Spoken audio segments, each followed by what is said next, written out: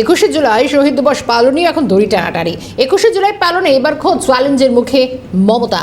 Victoria হাউসের সামনে একদিকে কর্মসূচির অনুমতি চেয়ে আবেদন কলকাতা পুলিশের কাছে, আবেদন কালীঘাটপন্থী তৃণমূলের, এদিকে অনুমতি না পেলে রাস্তায় কর্মসূচি। মৌহা এটা এমনটাই জানিয়েছেন ধর্মতলার এই স্থানে কর্মসূচির ভাবনা আবার ঋতব্রত শিবিরের। পুলিশের কাছে আবেদন জানানো হবে, অনুমতি চেয়ে অনুমতি না পেলে অন্য কোথাও হবে বলছেন আখরুজ্জামান। 21শে জুলাই শহীদ দিবস নিয়ে দড়ি টানাটানি পর্ব।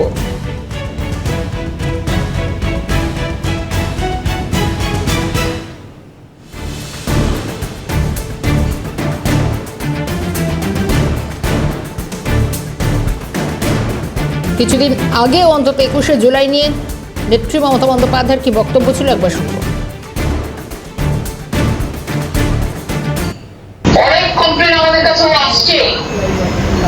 একটা মিটিং করতে পারমিশন দেওয়া হচ্ছে না, একটা মিছিল করতে পারমিশন দেওয়া হচ্ছে না। আমরা ডিটেলসে আমরা 21শে জুলাই আশা করি পারমিশন পাবো। আমরা প্রথম শুরুর বছর একটাই প্রোগ্রাম তৃণমূলের, এবং সেই প্রোগ্রাম 4 জনের দিনে অনেক কষ্ট করে আমাদের করতে হবে, কিন্তু 5 জন কর্মী থাকলে আমাদের সেই মিটিং এ থাকবে পয়সা নেবে এবং ধর্মতলায়। মমতা বন্দ্যোপাধ্যায়ের সে বক্তব্য কদিন আগে অন্তত 21শে জুলাই পালনে এবার অন্তত দড়ি টানাটানি পর্ব। ঋত শিবিরের কি বক্তব্য শুনব। এবং 21শে জুলাই তো নিশ্চিতভাবে আমাদের আবেগ, এবং 21শে জুলাই কর্মসূচি গ্রহণ করার বিষয় আমার মনে হয় না কোথাও কোনো রকম সন্দেহ রয়েছে। ওরা কি বলছে তার উত্তর তো আমি দিতে পারবো না, কারণ ওনারাই ওটার উত্তর দিতে পারবে। এবং আমাদের উত্তর আপনারা আমাদের NCW মিটিংটা হয়ে যাওয়ার পরে আমাদের উত্তরগুলো আপনারা পেয়ে যাবেন। না, 21শে জুলাই তো আমাদের আবেগ। 21শে জুলাই যেটা ঘটেছে বাংলার তৃণমূল কংগ্রেস কর্মীদের আবেগ, তাদের যন্ত্রণা। এর আগে যখন তারা 21শে জুলাই করার জন্য কলকাতায় এসছে, শুধু নায়ক নায়িকাদের ভিড়ে শহীদ পরিবার মর্যাদা পায়নি। এবার আপনারা দেখবেন আমরা যে শহীদ সমাবেশ করব 21শে জুলাই, সেই শহীদ পরিবার এবং তাদের পরিবারদের আমরা শ্রদ্ধা জ্ঞাপন করি, আমরা সঠিকভাবে শহীদদের শ্রদ্ধা জানাবো। তার জন্য 21শে জুলাইয়ের প্রস্তুতি আমরা নিশ্চয়ই করব, কারণ তৃণমূল কংগ্রেস মানে 21শে জুলাই একটা আমাদের আবেগ। আমরা যেহেতু তৃণমূল কংগ্রেস, আমরা 21শে জুলাই নিশ্চিন্তভাবে কলকাতার বুকে করব, এটুকু আপনাদের বলতে হবে। আমরা সকলকে আমরা আহ্বান করব, যারা আমাদের মঞ্চে আসবেন সকলকে স্বাগত। আমাদের এখানকার কলকাতার পারমিশন সংক্রান্ত ব্যাপারে আমাদের আলাপ আলোচনা চলছে। প্রশাসন যেখানে আমাদের অনুমতি দিবে, আমরা চাইলে তো আর হবে না। এখন যেভাবে মানে রাস্তা ব্লক করে যেভাবে নতুন সরকার প্রতিটি আন্দোলনকে তারা স্তব্ধ করার চেষ্টা করছে, আমরা তো প্রথমেই চাইবো আমাদের ভিক্টোরিয়া হাউস, যেটা বরাবরই আমরা করে থাকি, সেখানেই তো আমরা প্রথমে চাইবো প্রশাসন কতটা আমাদের দেবে কি দেবে না তাদের ব্যাপার। বরাবরই যেহেতু আমরা ভিক্টোরিয়া হাউসের সামনে তৃণমূল কংগ্রেসের যে আমরা শহীদ স্মরণ করি 21শে জুলাই, আমরা সেটাই প্রথম আমরা প্রশাসনের কাছে আবেদন করব। তারপরে প্রশাসন না দিলে আমাদের যারা কালেকটিভ টিম লিডার যারা আছেন, আমরা আপাতত সকলে বসে সিদ্ধান্ত নিয়েছি যে আমাদের ঐতিহ্যবাহী 21শে জুলাই আমরা ভিক্টোরিয়া হলের সামনেই করব। প্রশাসন যদি অনুমতি না দেয়, তাহলে আমাদের লিডারশিপ যারা আছে, নেতৃত্ব দিচ্ছেন, সকলে বসে পরবর্তীকালে আমরা কোথায় কি করব। তৃণমূলের মধ্যে এখন দড়ি টানাটানি 21শে জুলাই কর্মসূচি নিয়ে কোথায় পালন করা হবে কি বলছেন সাংসদ মৌহা মৈত্র। সুন্দর পরিবারের সাথে যুক্ত, এবং সে লক্ষ্মীর ভান্ডার পেয়েছে, স্বাস্থ্য সাথী পেয়েছে, সবকিছু মমতা ব্যানার্জির দৌলতে পেয়েছে। তা আজকের দিনে সে যেন তার তৃণমূল কর্মীর পাশে দাঁড়ায় আর বলে যে হ্যাঁ বাবা তুই লড়াই কর, তোকে যদি জেলে যেতে হয় আমরা তোর পাশে আছি। এই ভয়ে যেটা হচ্ছে, এই ভয়টাকে ভাঙতে হবে। আর 21শে জুলাই আমাদের পারমিশন না দিলে আমরা রাস্তায় করব, আমরা সবাই অ্যারেস্ট হব, কিন্তু 21শে জুলাই আমরা করব। আমি জানি না এখন তো পারমিশন যাই না ওই স্থানে করতে পারবো কিনা তাও জানি না, দেখতে দেখতে যাও। এখন তো আমাদের পারমিশন ওখানে আছে কিনা তাও নেই, তো পারমিশন হলে তারপর দেখা যাবে ওখানে। 21শে জুলাই নিয়ে তৃণমূলের দড়ি টানাটানি কি বলছেন বিজেপি নেতৃত্ব শুনবো। কোন তৃণমূলের শহীদ দিবস পালন করবে? কে চিঠি দিচ্ছে? এটা ঠিক হোক, বাকি পুলিশ ঠিক করবে। আমি প্রথম কথা বলি, দলটাই শহীদ হয়ে গেছে। যে দলটা শহীদ হয়েছে তারা আর কি শহীদ দিবস পালন করবে বলুন তো? যারা নিজেরাই শহীদ, যাদের মমতা ব্যানার্জি বলছে 5 জন লোক হবে, যখন 5 জন লোক হবে তখন নিজের বাড়ির উঠোনেই করে নিতে পারে। এত বড় ভিক্টোরিয়ার মানে ভিক্টোরিয়া হাউসের সামনে এত বড় ধর্মতলার বুকে বড় পঞ্চবেদে কি লাভ মানুষকে কষ্ট? জেদ করতে নেই, মমতা ব্যানার্জিকে বুঝতে হবে যে এবারে লোক হবে না, বাড়ির সামনে আশেপাশে কোনো ছোট মাঠ দেখে সেখানে করে নিতে বলবে। আর ঋতব্রত তৃণমূলের ওদেরও নাটক, ওদেরই বা লোক হবে কোথায়? ওরা তো আসলে মমতার ছবি দেখিয়ে জিতেছে, ওদের সঙ্গে একটাও লোক পাওয়া যাবে না। যে কটা এমএলএ কাউন্সিলর আছে তারা নিজেদের স্বার্থে ওখানে এক হয়েছে, তারা ওই কজন লোকই আসতে পারে। এদের আর তাছাড়া ব্যাপারটা ওদের নিজেদের পারিবারিক বিষয়, ওর মধ্যে আর আমরা ঢুকে কি করবো বলে।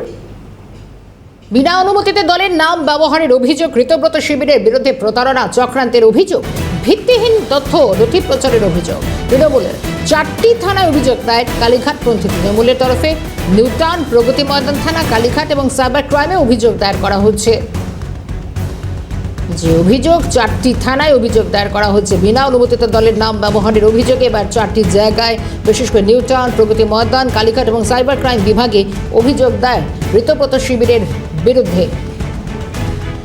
অন্যদিকে ঋতব্রত শিবিরে গোটা প্রসঙ্গে তারা কি জানাচ্ছেন শুনব।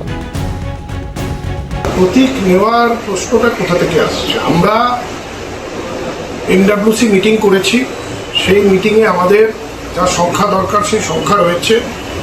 আমরা প্রিন্সিপাল অপোজিশন বিধানসভায়, এবং আমরাই তো তৃণমূল কংগ্রেস। আমরাই যখন তৃণমূল কংগ্রেস, তো স্বাভাবিকভাবে দলটা তো আমাদের সাথেই থাকছে। কারণ আলাদা করে অন্য কোনো বিষয় ভাববার বা চিন্তা করার তো বিষয় নেই।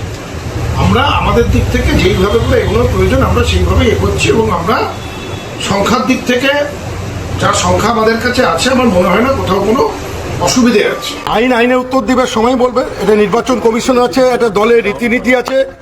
যারা পরিষদ দল গঠন করার নিয়মকানুন জানে না, আপনার নির্বাচন কমিশনে খোঁজ নিয়ে দেখবেন যারা সর্বভারতীয় তৃণমূল কংগ্রেস বলে দাবি করছে এবং তাদের নেতৃত্বে আমরা দলটা করেছি, আমাদের ভাবতে এখন লজ্জা লাগছে যে তারা দলের গঠনতন্ত্র কিভাবে নির্বাচন কমিশনে যেভাবে নথিপত্র দিয়ে দল গঠন করতে হয়, সেই নথি যখন সময় আসবে, যখন জনসম্মুখে আপনাদের মাধ্যমে প্রকাশিত হবে, তখন তারা টের পাবেন। তো আমরা তো সেই প্রশ্ন করবো, রাখবো তো আমরা। কেউ দাবি করার অধিকার ছিল না বলে হয়নি এতদিন। কি জানাচ্ছেন সাংসদ মহুয়া মৈত্র শুনুন। ওই নির্দিষ্ট সুন্দর, আমি ওদের একটাই উপদেশ দেব, I hope they are eating double ডিমের অমলেট। বাচ্চাদের প্লেট থেকে ভাত খাবার ছিনিয়ে ওরা আশা করি ডবল ডিমের অমলেট, ফিশ ফ্রাই আর খাচ্ছে। আর জাভেদ খান কিভাবে তার এতগুলো অবৈধ নির্মাণগুলো ঠিক করবে সেটা ঠিক করছে। ঋতব্রত তার যে মহিলা কেন্দ্রিক কেসগুলো আছে সেগুলো কিভাবে করা যায় সেগুলো করছে। আরেকটা জিনিস আমি আপনাদের বলছি যে তারা এখন তাদের বিশাল লড়াই, তাদের দিল্লি থেকে নাকি লয়ার এসেছে যে তারা ঠিক করবে তারা সিম্বল চায় কিনা। আমি আগেও বলেছি, আবারও বলছি, মমতা ব্যানার্জি নিজের হাতে তৃণমূল কংগ্রেসের সিম্বল এঁকেছিল। যে মহিলা কংগ্রেস থেকে কংগ্রেসের সুদিনে বেরিয়ে 34 বছর লড়াই করে নিজের সিম্বলে সরকার করে 15 বছর মুখ্যমন্ত্রী থাকতে পারে, সে মহিলা আরেকবার সিম্বল করে ওই 2,60,00,000 ভোট যেটা জোড়া ফুলে পড়েছিল, এরা একটাও জাভেদ খানের ভোট নয়, ঋতব্রতর ভোট নয়, আর ববি অরূপের ভোট নয়। এরা একেবারে কলঙ্ক। এটা মমতা ব্যানার্জির ভোট। মমতা ব্যানার্জি যেই সিম্বলই আঁকবে বাংলার মানুষ সেই সিম্বলে। বিজেপি নেতৃত্বের কি বক্তব্য শুনুন। যে তৃণমূল যে মেজরিটিতে আছে পার্টির সেই তৃণমূল, কি যার বাড়িতে অফিস ছিল সেই তৃণমূল, যে যেতেই নি সেই তৃণমূল, তো বোঝাই যাচ্ছে না। এখন ওটাই চলবে, কেস কাচারি আর ওই প্যারেড চলবেই। যে পার্টি অফিসই খালি হয়ে গেছে, তো লোকসভা বিধানসভার বেশিরভাগ সদস্য চলে গেছেন, তো সেই পার্টির অস্তিত্ব আছে কি? ওরা করেছে, ওদের তো আর পার্টিটাই নেই। একটা রাজনৈতিক দলের নীতি ছিল দুর্নীতি। একটা রাজনৈতিক দলের লক্ষ্য ছিল সরকারি প্রশাসনকে হস্তগত করে আইটাকের সঙ্গে মিলেমিশে একটা পুলিশ স্টেট চালিয়ে ঘরের লক্ষ্মীর মান, ক্ষেতের ধান, জল জমি জঙ্গল সবকিছু লুট করা। পশ্চিমবঙ্গের বাঙালি জনতা এবং তার সঙ্গে এই রাজ্যের প্রকৃতি সবার বিরুদ্ধে যুদ্ধ ঘোষণা করেছিলেন এই তৃণমূলের লোকজন, যারা অভিযোগ করেছেন এবং যাদের বিরুদ্ধে অভিযোগ করেছেন। দুপক্ষকেই পশ্চিমবঙ্গের মানুষ ভালো করে চেনেন তারা দুপক্ষ একসঙ্গেই তৃণমূল এবং তারা গৃহীত পরিত্যক্ত অবস্থায় রয়েছেন। তারা পরীক্ষিতও বটেন, পরীক্ষার পরেই তাদেরকে মানুষ বুঝে গেছে যে এদের নিয়ে আর চলা যায় না।